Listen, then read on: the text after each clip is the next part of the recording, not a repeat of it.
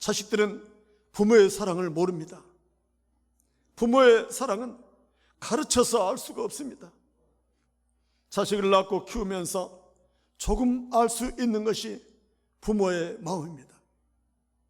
우리는 우리를 사랑하신다는 하나님의 마음을 모릅니다. 하나님의 마음을 알려면 하나님처럼 경험해 봐야 하는데 우리는 하나님처럼 경험할 수가 없습니다.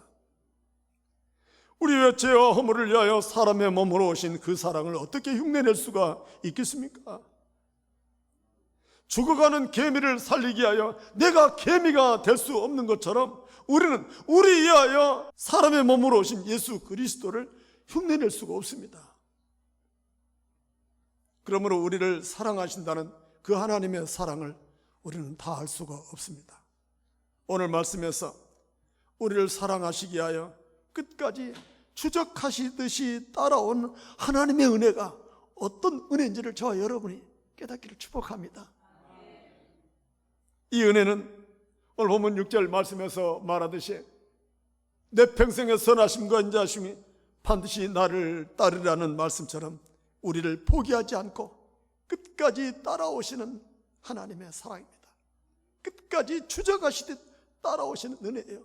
짧은 본문 말씀 속에서 우리를 향하신 하나님의 사랑이 얼마나 큰지 두 가지 핵심 주제를 찾아보게 되는데, 첫째는 선하심과 인자하심이 그분의 성품이 되어 우리를 보호하시고 지키시는 울타리가 되는 것입니다. 당신의 선하심과 인자하심으로 우리를 감싸 안으시는 거예요. 그리고 둘째로 우리를 포기하지 않고 끈질기게 뒤쫓아오시는 스토커와 같은 하나님의 사랑, 그 사랑이 오늘 우리에게 주시는 사랑인 것입니다.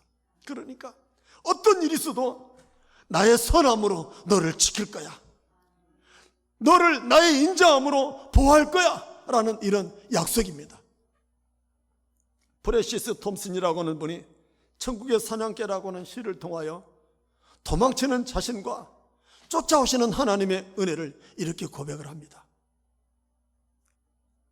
하나님을 떠나 마약의 세계로 도망가는 자기 자신의 영혼을 향하여 더 크고 우렁찬 발걸음으로 쫓아오시는 하나님의 사랑을 고백하는 것입니다. 나는 그에게서 도망쳤네.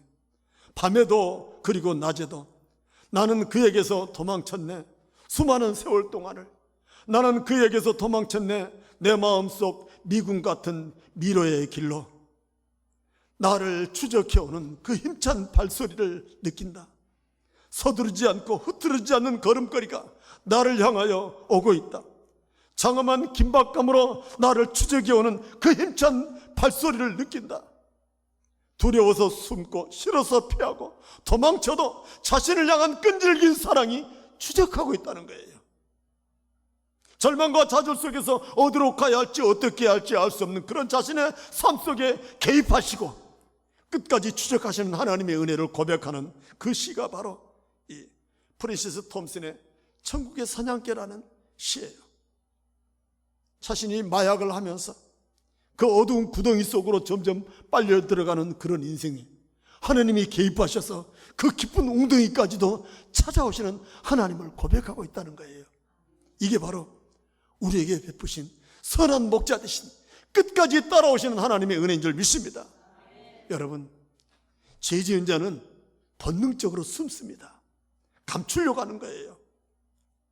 자신이 지은 죄의 문제를 어찌할 도리가 없기 때문에 그냥 우선 숨기부터 하는 것입니다. 그래서 죄는 어둠입니다. 어둠은 빛 앞에서 숨는 것이죠.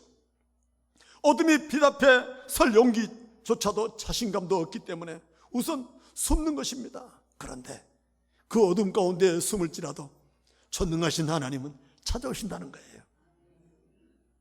찾아올 용기가 없는 그를 죄인에게 찾아가시는 거예요. 이게 하나님의 은혜입니다. 하나님의 말씀인 성경은 죄인을 찾아가시는 하나님의 여장이라 해도 과언이 아닙니다. 성경은 선포되는 복음을 통하여 인간이 하나님을 찾아가는 고행의 기록이 아니라 하나님이 죄인된 인간을 찾아가시는 거룩한 추격전이 바로 성경의 말씀입니다. 선악과를 따먹은 아담과 하와가 동산나무 그늘 아래 숨었지 않습니까? 그런데 하나님이 찾아오셔요. 아담아, 아담아, 내가 어디 있느냐? 예, 제가 벗었으므로 두려워 숨었나이다. 자신이 벗은 줄도 모르고 살아가던 그런 인생의 수치와 부끄러움 속에서 어찌할 줄 몰라 우선 숨고 보는 그런 아담에게 하나님이 찾아오시는 거예요. 죄 때문에 숨어버린 인생을 찾아오시는 것이 바로 하나님의 사랑이요 은혜인 줄 믿습니다. 형 에서를 속이고 아버지 이삭을 속이며 장자의 축복을 빼앗아버린 야곱이 도망갑니다. 아버지 집을 떠나 두려움과 절망 중에 하란으로 가던 길에 하나님이 야곱을 찾아오십니다. 야곱아, 야곱아, 나는 너의 조부 아브라함의 하나님이시며 너의 아버지 이삭의 하나님이시다. 내가 너와 함께해서 내가 어디로 가든지 너를 지키며 너를 이끌어 이 땅으로 돌아오게 하리라. 이게 찾아오셔서 약속하시는 하나님이십니다. 이처럼 우리는 우리의 삶 속에 붙들려, 환경에 붙들려, 절망 중에, 고난 중에 어떻게 할 줄 몰라 이리저리 헤매며 방황할지라도 우리 하나님은 우리를 따라오시면서 은혜를 주시는 분이신 줄 믿습니다. 그래서 다윗은 이 시편 23편 마지막 절에서 이 점을 강조하고 싶은 거예요. 나를 푸른 초장으로 쉴만한 물가로 인도하신 선한 목자 되신 내 하나님, 내 평생의 모든 좋은 것으로 부족함이 없게 하셨던 하나님, 원수의 눈앞에서도 나에게 상을 베푸시는 하나님, 자기 이름을 위하여 의의 길로 인도하시는 그 하나님, 영화로운 기름으로 부으시니 내 잔이 넘치게 하시는 그 하나님의 은혜가 나를 따라다닌다는 것입니다. 이 놀라우신 은혜가 길을 잃어버린 내 영혼을 찾아다닌다는 것이죠. 이 크신 은혜가 내가 사는 날 동안 평생 영원히 함께할 거라고 고백하는 것입니다. 여러분, 우리가 하나님을 외면하고 도망치려 할 때도 있었죠. 교회를 떠나 하나님을 떠나 내 마음대로 내 멋대로 살아갈 때도 있었죠. 그러나 하나님은 우리가 당신을 잊을지라도 하나님은 우리를 잊은 적이 없습니다. 늘 기억하시고 전도자를 보내어 찾아가게 하시고 믿는 자를 통해서 만나게 하시고 십자가를 바라보게 하시고 깨닫게 하시고 하여 하나님이 잊지 않도록 우리를 끊임없이 찾아오시는 거예요. 끈질긴 사냥개처럼 우리를 뒤쫓아와 당신의 크신 은혜로 덮어버리시는 것입니다.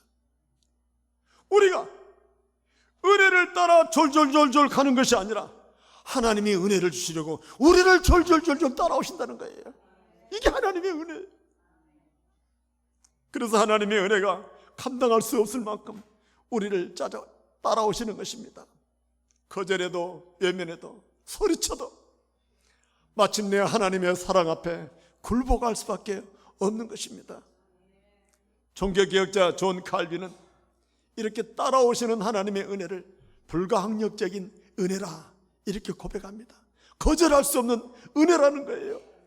우리는 우리 인간의 의지로 죄의 굴레에서 벗어날 수가 없습니다. 자신의 능력으로 제사함 받을 수도 없고 자신이 가진 그 어떠한 것으로도 구원받을 수가 없는 거예요. 그래서 이 구원이 거절할 수 없는 강권적인 은혜로 이루어진 것입니다. 하나님이 선택한 자들에게는 거부할 수 없는 이 은혜를 주셔서 우리를 구원하신다는 것이죠. 여호수아 1장 9절 말씀에 네가 어디로 가든지 내 하나님 여호와가 너와 함께 하느니라 하시니라.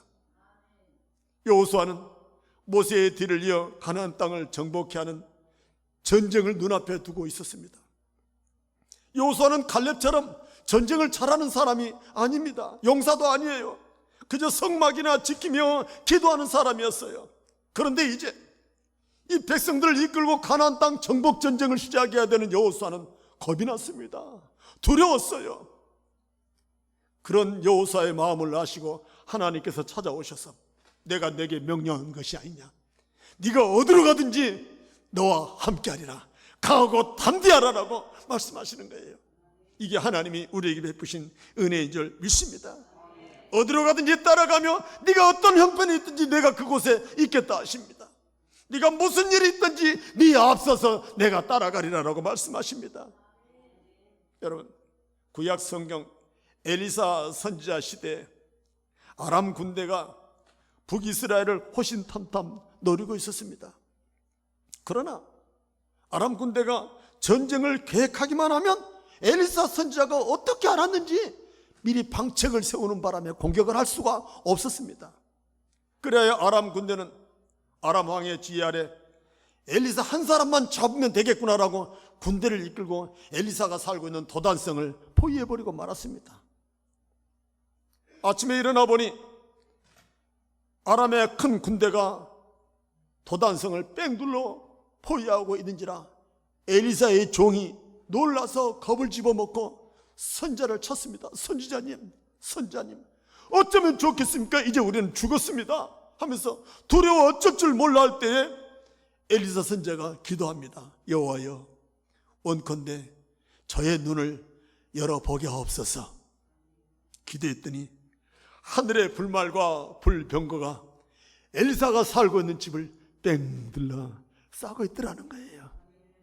여러분, 여호와께서 아람 군대가 오기 전에 이미 하늘의 불말과 불병거를 보내어 엘리사 선자를 감싸고 있었던 것입니다. 엘리사 선자가 도와달라고 기도한 적도 없는데 엘리사가 콜콜 밤새껏 잠만 자고 있었는데 하나님은 이미 아시고 엘리사를 보호하고 지키셨던 거예요. 이게 엘리사가 처한 상황이 어떤 상황이든지 하나님이 이미 아시고 따라와서 은혜를 베푸시고 지키시고 보호하시는 그런 분이신 줄 믿습니다. 여러분, 우리 하나님의 은혜가 이렇습니다. 우리가 그렇게 뭐 신앙생활을 대단하게 잘한 것도 아니고 기도를 열심히 한 것도 아니고 하나님의 말씀대로 사는 것도 아니지만 하나님이 여전히 우리를 지키시고 눈동자처럼 보호할 줄 믿습니다. 이게 바로 따라오시는 은혜예요. 이 은혜가 오늘 여러분들에게 있어 주시길 축복합니다. 이사야 41장 9절 말씀 다 같이 있습니다. 시작. 내가 땅끝에서부터 너를 붙들며 땅 모퉁이에서부터 너를 부르고 내게 이르기를 너는 나의 종이라. 할렐루야, 할렐루야. 여러분, 땅끝이 어디입니까? 땅끝은 벼랑입니다. 한 발만 내디디면 떨어져 죽는 것이 땅끝이에요. 그런데 그 낭떠러지, 더 이상 앞서갈 수 없는 그 낭떠러지에서 우리 주님은 붙들어진다는 것입니다. 붙잡으신다는 거예요. 예, 발만 내밀면 그냥 끝나기 때문에 우선 붙잡고 계시는 거예요. 이게 하나님의 은혜입니다. 그리고 땅 모퉁이는 어디입니까? 땅 모퉁이는 아직 가보지 않는 곳입니다. 알 수가 없는 위험이 도사리는 그 땅 모퉁이를 돌아갈 때는 주님이 우리를 부르십니다. 부르셔요. 조심해라, 조심해야 해, 한 번 더 생각해봐, 잘 생각하고 해 하고 우리 하나님이 우리를 부르신다는 거예요. 여러분, 이처럼 하나님은 우리가 생각하고 계획하는 그 모든 것 위에 조심해라, 조심해, 그리고 붙들으시는 분이신 줄 믿습니다. 할렐루야. 이렇게 따라다니며 지키시고 보호하시는 하나님의 은혜가 여러분과 여러분의 가정에 충만하시기를 축복합니다. 지금은 이제 모든 사람들이 운전하는 시대입니다. 운전하는 사람이라면 내비게이션을 벗어날 수가 없죠. 인공위성에서 우리가 타고 있는 차량을 위치를 확인하고 훤하게 내다보듯이 내비게이션을 통하여 우리가 가야 할 길을 알려주는 거예요. 아직 가보지 않는 길을 조심하라고 미리 알려주고, 또 가야 할 길에 전방에 감시 카메라가 있으니 주의하라고 알려줍니다. 아직 도착하지 않는 그 종점까지도 이제 몇 시간 몇 분 남았다라고 알려주는 거예요. 마치 이 내비게이션처럼 우리 하나님은 우리를 지켜보시고 우리가 가야 할 길을 아시고 우리를 친히 인도할 줄 믿습니다. 이게 바로 따라다니시는 하나님의 은혜예요. 여러분, 엄마와 어린아이가 길을 갈 때 어떻게 가나요? 엄마는 어린아이를 눈동자처럼 지켜봅니다. 아이는 아무것도 모르고 천방지축 깡충깡충 뛰면서 이리 뛰고 저리 뛸지라도 엄마의 눈과 엄마의 마음은 항상 아이에게 있는 것입니다. 아이가 돌뿌리라도 걸려 넘어질라 치면 어머니는 벌써 알고 어린아이의 뒷덜미를 잡아서 낚아채듯 이렇게 세우시는 거예요.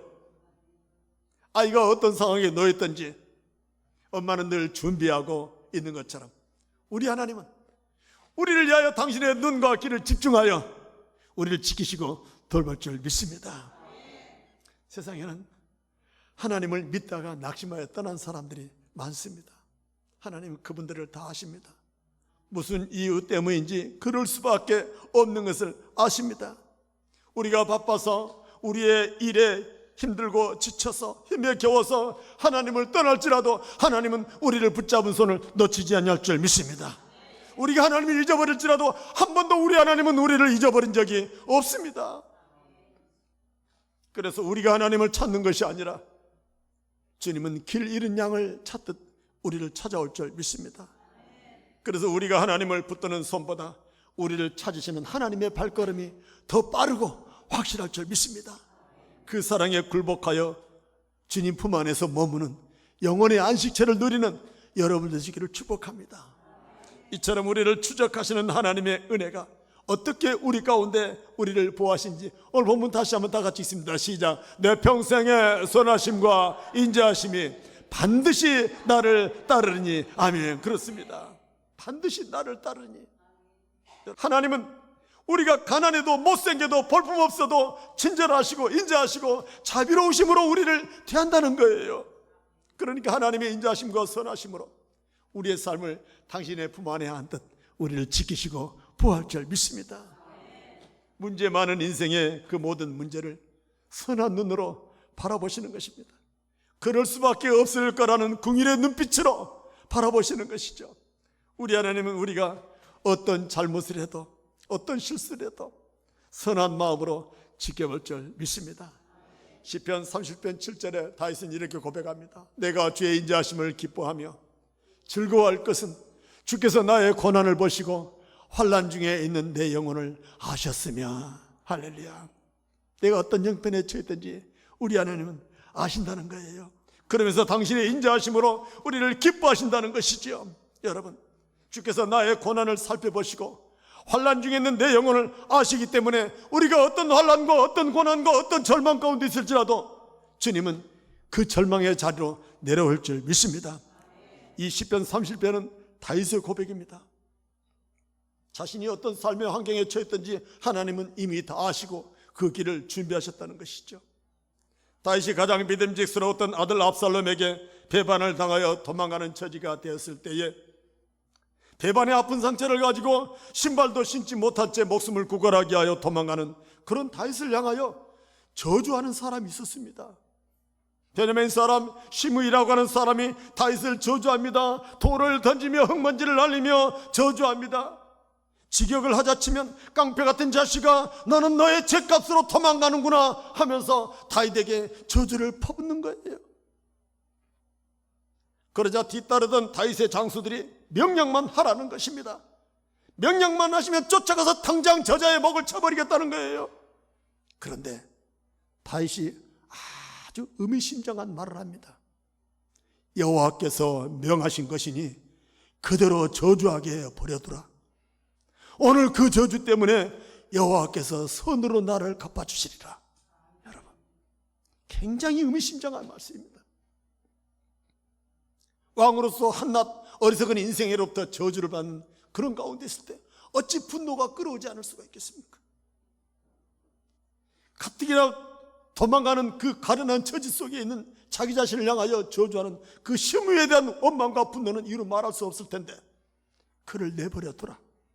여호와께서 그에게 저주하게 하라 하셨으니 내가 어떻게 하겠느냐. 오늘 저의 저주를 들으신 여호와께서 나를 손으로 갚아주시리라. 여러분, 이 고백이 나를 따라다시는 하나님의 은혜가 지금 저 저주의 소리를 들으시고 내게 은혜를 베풀리라라고 하는 고백입니다. 비참하게 도망가는 자기 자신을 바라보고 계시는 하나님, 저주하신 그 저주의 말을 지금도 여전히 들으시는 하나님, 그 하나님이 오늘 갚아주실 거라고 믿고 있는 거예요. 사랑하는 성도 여러분, 인자하신 주님이 내가 어떤 상황에 놓였을지라도 함께 하실 거라고 하는 이 믿음이 고단한 우리 인생길을 여전히 걷게 할 줄 믿습니다. 오늘 본문 말씀에서 다윗은 선포합니다. 뒤를 돌아보니 나를 둘러싼 것은 고통이나 저주가 아니라 나를 기어이 살려내고야 말겠다는 하나님의 인자하심과 선하심이었다고 고백하는 것이죠. 인생의 매 순간마다 당신이 눈물을 흘리는 그 침상 머리맡에도 우리 주님은 함께 계시다는 것입니다. 낙심하여 무심코 걷는 그 걸음 위에도 하나님의 선하심과 인자하심이 마치 미사일처럼 우리를 조준하고 따라오고 계셨다는 거예요. 이게 바로 실수하고 잘못하고 낙심하고 절망하며 좌절하는 그런 우리 인생들을 우리 주님은 조준하고 계신다는 거예요. 어떻게 은혜를 베풀어야 할지 우리를 조준하고 바라보신다는 거예요. 이게 우리 하나님의 은혜인 줄 믿습니다. 예수님의 제자 베드로는 가장 신뢰할 만한 제자였지 않습니까? 그는 예수님이 하시는 모든 사역 속에 가장 많이 등장하면서 1등 제자임을 자청했습니다. 그런데 예수님이 붙잡혀 신문당하는 그 모습을 보면서 3번이나 모른다고 저주하고 부인하고 말았습니다. 두려운 마음에 순식간에 돌이킬 수 없는 실수를 한 것이죠. 예수님도 부인하며 저주하는 베드로를 눈길로 마주쳤습니다. 그 일로 베드로는 더 이상 주님 앞에 설 용기가 없었습니다. 주님이 부활하셨다 해도 기쁘지 않았어요. 피하고 싶었고 도망가고 싶었어요. 주님을 다시 볼 날이 없었기 때문이죠. 그래서 애써 던져버린 그물을 다시 지켜들고 갈릴리 바다로 나아가 밤새껏 그물을 치고 그물을 쳐도 한 마리도 잡지 못한 그런 베드로를 향하여 주님이 찾아오신다는 거예요. 베드로야, 베드로야, 어서 와서 먹어라. 시장하지 않니? 하면서 고기를 구워 놓으시고 주님이 먹으라고 초청하시는 거예요. 주님 앞에 선 베드로, 그 베드로를 향하여 주님은 아무 말도 하지 않습니다. 지난날에 어떤 일이 있었던지 마치 생각이 안 난 것처럼 아무 말도 하지 않냐 하시고, 베드로야, 네가 나를 사랑하냐? 나도 너를 사랑한다. 나도 너를 사랑해. 사랑이라고 하는 주제로 베드로의 그동안의 모든 허물을 다 덮어버리신 거예요. 사랑이라는 주제로 나는 너의 잘못을 모른다, 본 적이 없다, 이렇게 말씀하신다는 것입니다. 이처럼 살아가는 마음은 여전하지만 주님을 부인하고 저주했던 자신의 어리석음 속에 갇혀서 절망하며 좌절해 있는 베드로를 당신의 사랑으로 감싸고 말았던 것입니다. 우리들도 그렇습니다. 기도하지 못하고 예배하지 못하고 주님 뜻대로 살지 못할지라도 주님이 우리 마음속에 완전히 지어진 건 아니죠.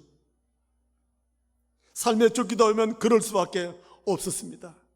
그런데 그런 우리를 주님은 여전히 눈여겨보시고 우리를 찾기를 원하시고 만나기를 원하실 줄 믿습니다. 사도 바울은 이 사랑을 의지하며 이렇게 고백합니다. 우리가 사방으로 우겨쌈을 당할지라도 쌓이지 아니하며 답답한 일을 당하여도 낙심하지 아니한다고 선포합니다.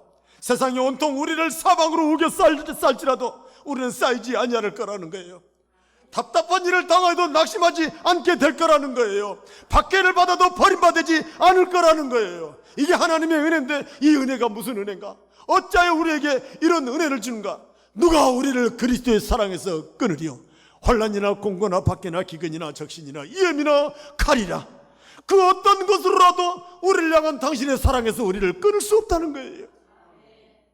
우리를 지극히 사랑하신 그 사랑 때문에 우리가 어떤 상황에 놓였을지라도 결코 절망하거나 좌절하지 않도록 우리를 붙들 줄 믿습니다.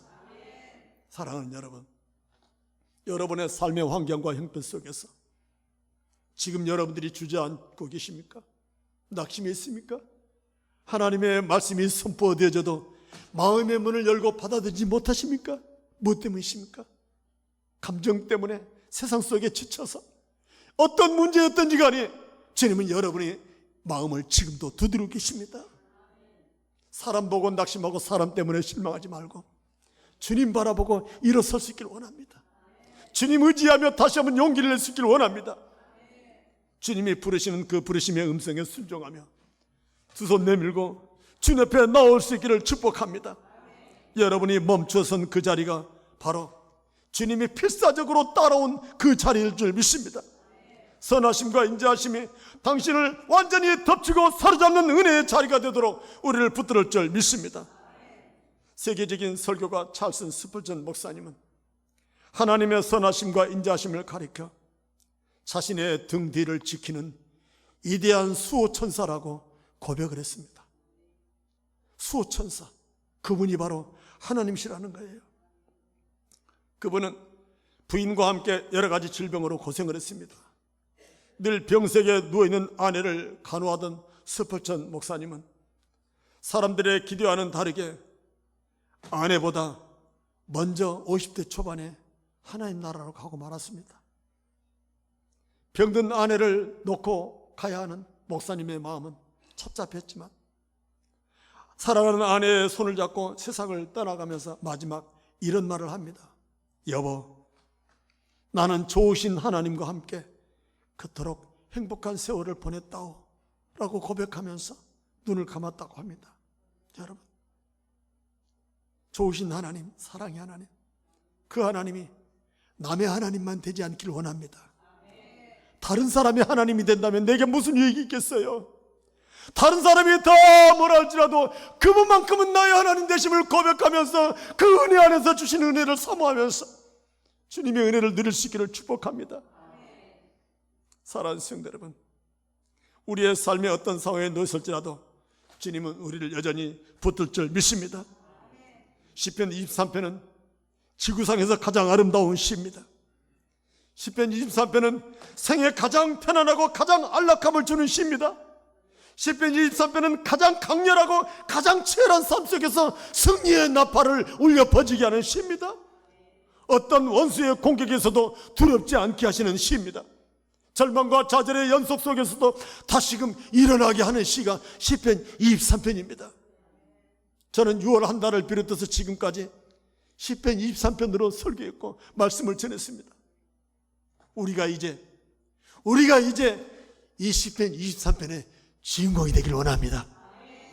다윗이 주인공 되는 것만으로 구경만 하지 마시고 내가 시편 23편의 주인공이 되어 내가 부족함이 없고 주께서 여전히 나와 함께 하시고 나를 붙드시면 내 평생의 선하심과 인자하심이 영원토록 함께 하기를 축복합니다. 그 하나님이 여러분에게 관심 갖고 여러분의 초점을 맞춰 여러분의 삶을 다윗처럼 인도할 줄 믿습니다. 할렐루야. 함께 하시는 하나님을 찬양하며 기도의 자리로 들어가겠습니다. 에베네셀의 하나님,